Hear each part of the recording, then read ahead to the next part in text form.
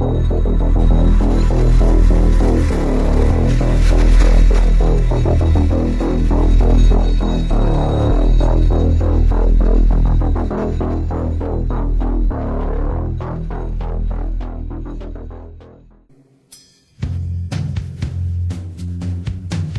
name is Nassime Sabs.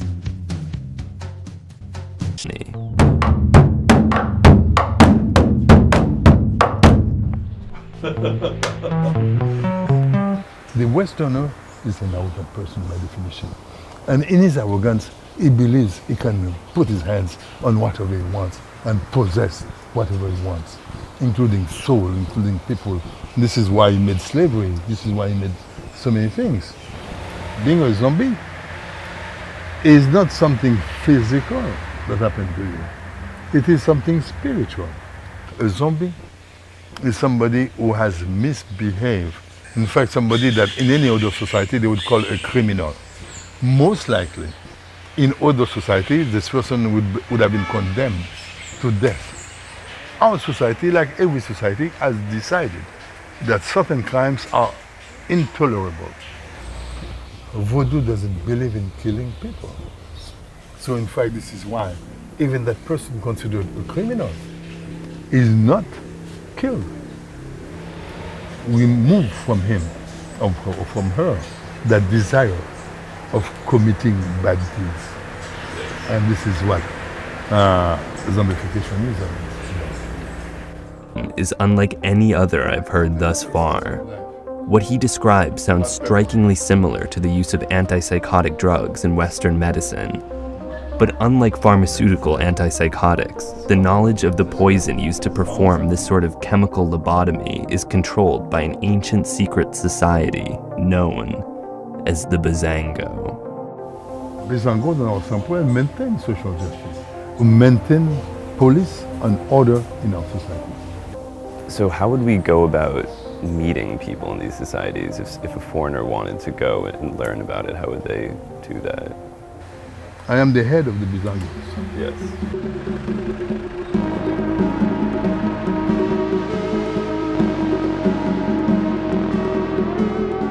Beauvoir suggests I travel to the mountains to find rural members of the Bazango society who might be intimately acquainted with the secret powder.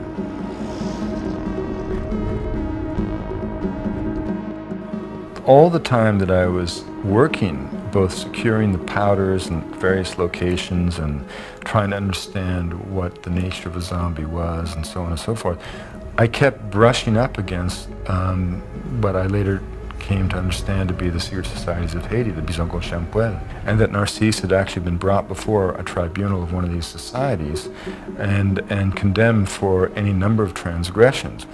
And in the end, I became initiated in these societies, certainly, if not the only, certainly one of the first outsiders ever to become initiated in the Bizango Champuel. Not long after voodoo was recognized by whites, they began to fear its power. Slaves found practicing voodoo were harshly punished or killed. Some slaves escaped their masters and formed colonies in the mountains where they could practice their religious beliefs and live freely. They are known as the Maroons. It was the Maroons who organized the first small-scale slave uprisings, which culminated with the Bois Caiman voodoo ceremony, in which all in attendance who vowed to kill their white masters were anointed with the blood of a slaughtered pig. This ceremony sparked the beginning of the 1791 Haitian Revolution led by Toussaint L'Ouverture and established Haiti as the first independent Black republic. It was the Maroons who later became the Bazango secret societies. To some, the Bazango are a sort of benevolent spiritual police force, but to many Haitians, they are a feared band of cannibalistic criminals who feast on the unsuspecting during midnight expeditions.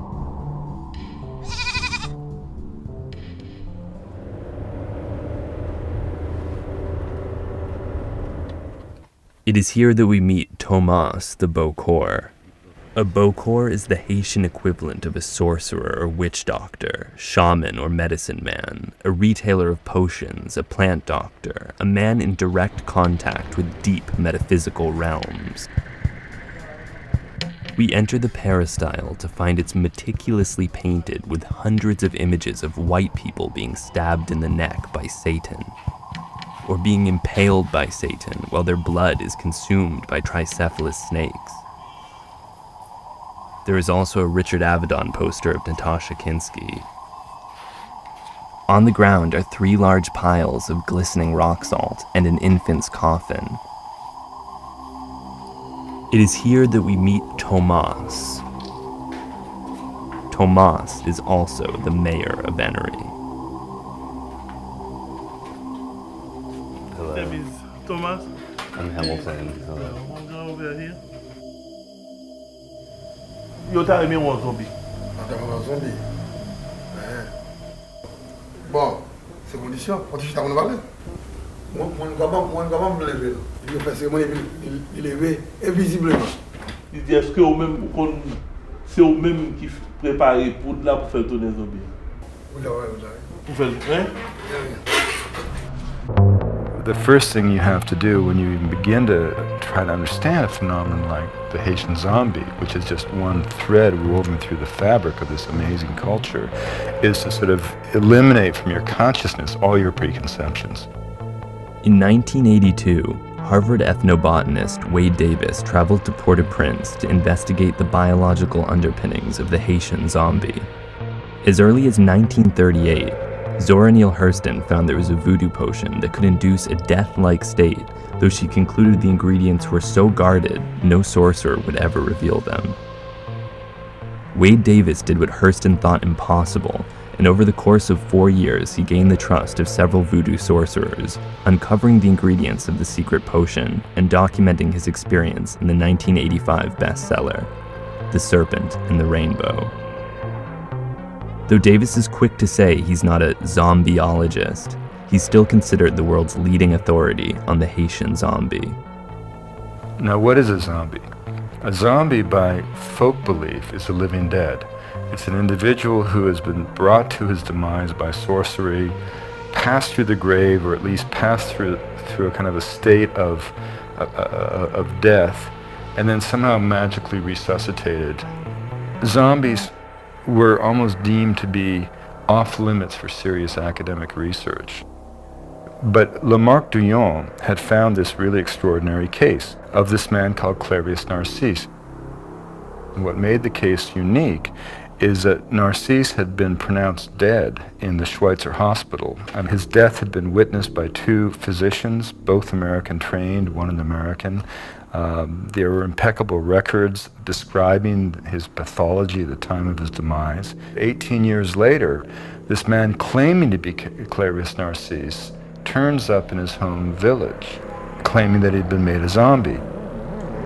All these lines of evidence led Lamarck Douillon to go public in about 1980-81, saying that they had found the first medically verifiable instance of a zombie.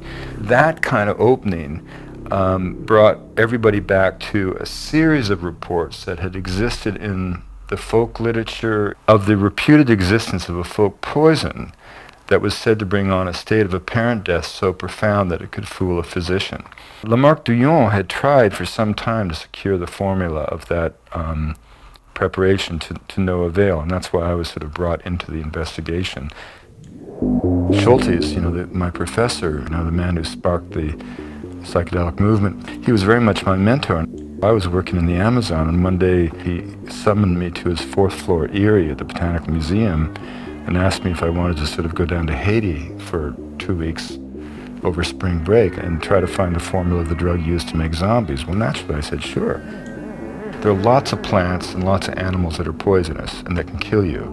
We weren't just looking for a toxin that could kill. We were looking for a toxin that could bring on a state of apparent death so profound that it would bring someone literally to the edge of death, a threshold from which they could then recover.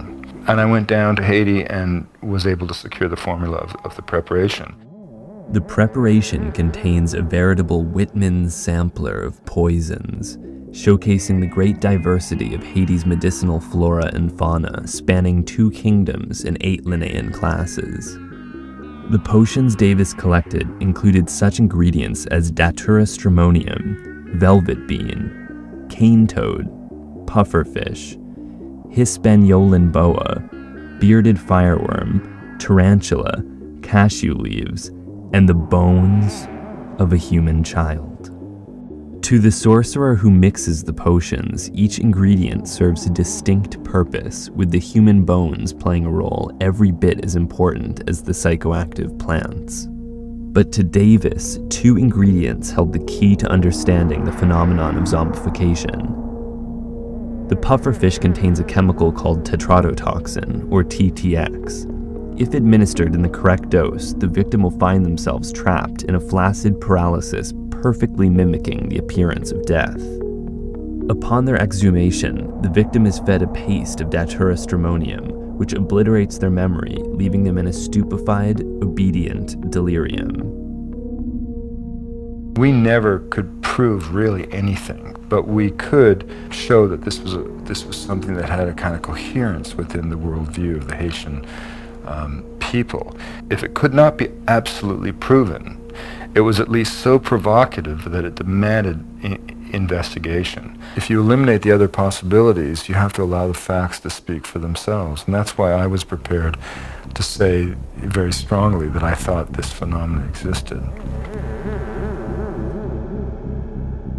In the years since the publication of Davis's work, there's been little formal investigation of the zombie phenomenon. Though teams of scientists and anthropologists have traveled to Haiti in search of answers, they often failed to find what they're looking for. Some have been fooled in elaborate hoaxes, or found that the zombies could be explained medically with conditions such as schizophrenia, and others have been imprisoned or sent home with nothing at all.